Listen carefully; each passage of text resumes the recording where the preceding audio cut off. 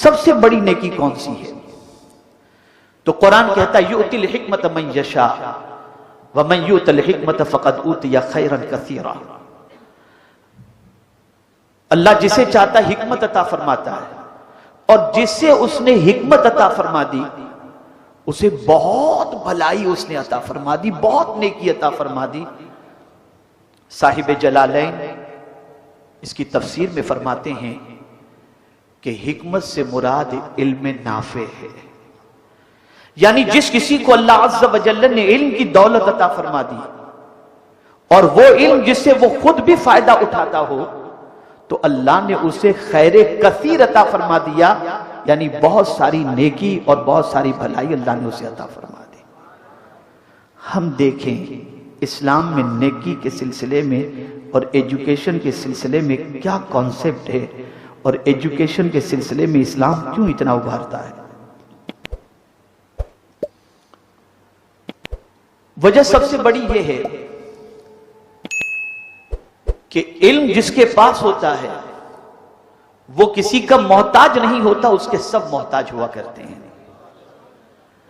آپ دیکھیں ایک ایگزامپل کے ذریعے میں آپ کو بتاؤں، اگر کوئی مسلم ڈاکٹر ہے، کسی فیلڈ کا اسپیشلسٹ ہے اور اس فیلڈ میں وہ ایکسپرٹ ہے، تو دشمن بھی بیمار پڑنے کے بعد اگر اس فیلڈ کے اندر کسی سے علاج کرانا چاہے گا تو وہ اسی ڈاکٹر کے دروازے پر دستک دے گا، چاہے اس سے 1000 دشمنی کیوں نہ ہو۔ علم کا انسان محتاج ہے، علم کسی کا محتاج نہیں، اور جس کے پاس علم ہوتا ہے اس کے سب محتاج ہوا کرتے ہیں، اور جس کے پاس علم نہیں ہوتا وہ سب کا محتاج ہوا کرتا ہے۔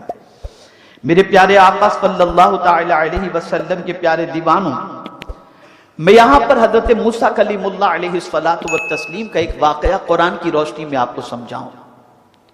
وہ حضرت موسیٰ علیہ السلام جن سے مولا کوہ طور پر کلام کیا کرتا تھا، جن کو ہم کلیم اللہ کہتے ہیں، عظیم پیغمبر، عظیم نبی۔ اور یہ بات یاد رکھیں کہ انبیاء کرام کی شان بہت عرف و اعلی ہوا کرتی ہے، لیکن آپ دیکھیں قرآن مقدس کے اندر حضرت موسیٰ علیہ السلام اللہ کے ایک نیک بندے کی جستجو کے اندر لمبا سفر طے کرتے ہیں۔ اس نیک بندے کی جستجو اور لمبے سفر کی وجہ کیا تھی؟ اس سے علم حاصل کرنا۔ کس طریقے سے؟ قرآن مقدس میں رب قدیر جل جلالہ نے ارشاد فرمایا کہ حضرت موسیٰ علیہ السلام نے اس علم والے سے، اس نیک بندے سے جو کچھ کہا اسے قرآن نے اپنے اندر محفوظ کر لیا۔ قرآن کہتا ہے کہ حضرت موسیٰ علیہ السلام نے جب اس نیک بندے کو پا لیا تو کیا عرض کیا؟ هل اتبعک علی ان تعلمنی مما علمت رشدا، کیا میں آپ کے ساتھ رہ سکتا ہوں تاکہ آپ مجھے بھی اس دانش کی تعلیم دے جو آپ کو سکھلائی گئی ہے؟ آپ اندازہ لگائیں اس نیک بندے کے پاس جو ایجوکیشن تھا، اس ایجوکیشن کو حاصل کرنے کے لیے حضرت موسیٰ علیہ السلام ان سے کہتے ہیں کہ کیا آپ مجھے اپنے ساتھ رکھ سکتے ہیں تاکہ جو آپ کے پاس دانش مندی ہے میں بھی اس سے کچھ حاصل کر سکوں؟ تو انہوں نے کیا جواب دیا؟ اللہ اکبر!